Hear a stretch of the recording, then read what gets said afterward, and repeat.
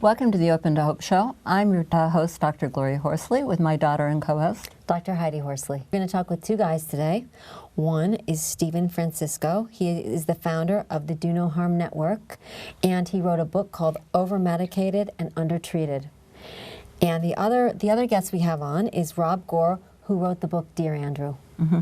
And we're hoping today that what you'll take away from this is that you don't have to feel powerless, that you can do some things. And it's interesting to have two men on the show, Heidi, who've written books and have empowered themselves, isn't it? It really is, and both their books are very interesting, and it's very ironic because both of their sons are named Andrew. Mm-hmm. Thinking maybe we should start with Stephen, and you can tell us a little bit about Andrew. Well, basically, Andrew was a fun-loving, clever, very entertaining guy, very athletic. Mm-hmm. But as anybody who has children who have mental health issues, he was a bit complicated. His story was not a straight line. Mm-hmm. For about 8 years, he was moved from school to school to school. He had a chronic condition which was never properly diagnosed. Mm-hmm. And what happened was, over the period of age 6 to 15, when he died at 15, he was given over 12 different medications. Wow. He must have had at least a dozen different diagnoses. Mm-hmm. The amazing thing is his last 6 months were absolutely his best 6 months. Mm-hmm. And I can say my wife and I, we really went through hell. Andrew went through hell. Well, and I think you captured that in the book. And the thing about it is, you know, when we go to a doctor, when we go to a psychiatrist, when we go to a pediatrician, we put our faith in them. Yeah. And we feel like, you know what, they deal with kids every day. And they know what they're doing, and you guys certainly question them a lot. You question everybody in the book. You kept meticulous records, and I think it's because of what you do. You asked all the right questions. You did everything you could. There's unfortunately a lot of myth and confusion and judgment in the children's mental health industry, and the irony is that you also have new and very powerful drugs. Right. And there's the belief that these drugs are going to make a difference. Mm-hmm. And you get that belief by the conviction of the prescriber. Right. And if you look on the internet on proof of efficacy, you know, I'm in the healthcare business, so proof of efficacy as well as having safety is really what you're supposed to be doing here. Okay. And there's not much proof and not much efficacy in a lot of the drugs that are prescribed to children. And the key thought, and if anybody who's watching wants my key thought, it's that off-label prescribing, which is the following. A doctor can prescribe a pill for my son even though it was approved for something totally different, but for what he is supposed to have as his diagnosis, the doctor can prescribe it because that's called off-label prescribing. The shame of it is that, and this is not my number, but estimates are that for all children in this country, and not just psychiatric, 90% of drugs going into children are off-label. That's amazing. Isn't that astonishing? It is. That really is. And it's disturbing. I didn't know that until after my son died, and I got into this subject because I didn't understand what I could have done wrong.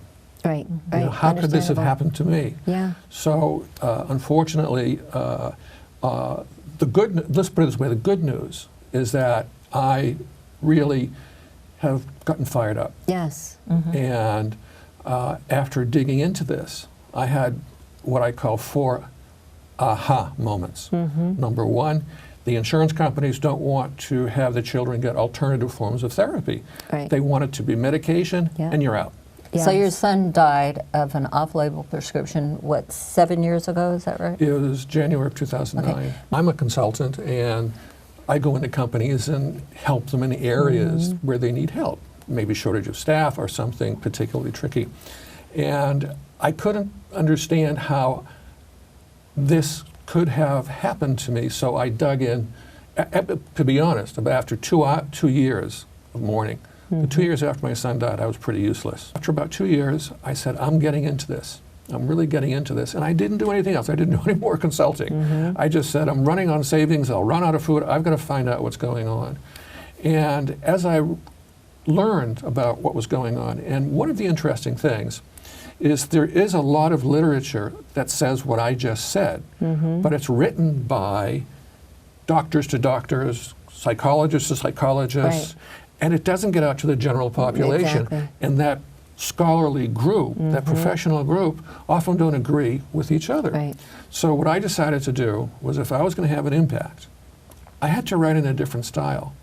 I had to write dramatic, personal, and it had to be moving. Yeah. And I'd never done that before. And so what I did is I advertised and got a copy editor, and he taught me how to write and tell a story. My wife died, At 54 years old. 54, That's 9 unbelievable. months before my son died. So in fact, Oh, she died before. before, Okay. so in Oh, fact, wow. I lost my wife, and then 9 months later I lost my son, and my daughter was in college. So I went from a family of 3 with a daughter in college to being alone with a daughter in college. So that was a real blow. I started a nonprofit called the Do No Harm Network. The problem right now for parents is you keep reinventing the wheel. Where's the doctor? Who's a good doctor? Who's a bad doctor? What's a good medication? It's all sort of fragmented. So in fact, the Do No Harm Network, do no harm is the Hippocratic Oath, above all, do no harm, and the network. And I want to create, expand upon a lot of smaller groups, maybe bring them together, so that if someone in Wisconsin or wherever wants to find out if a doctor is available who doesn't just want to give the kid medication, Right. who wants to look at alternative therapies, look at other things, nutritions, all these other things, there needs to be a broader network and an accessible network. So that's what I'm trying to do. I'm working on off-label prescribing. And we've got a couple of other objectives, and it's all very, very new. I mean, Do No Harm Network was born this year. Rob Goor, you've written your book.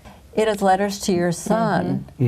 And rather than saying, this is what happened to me, this is what happened to me, this is what happened to me, you actually wrote letters to Andrew through, how many years are those letters Over through? 20 years. Okay. First letter is within a week of his death in 1988, and the last letter is in 2010. It was interesting because your first letters, you're writing kind of to a child, but he grows with you. Yes, he grows up.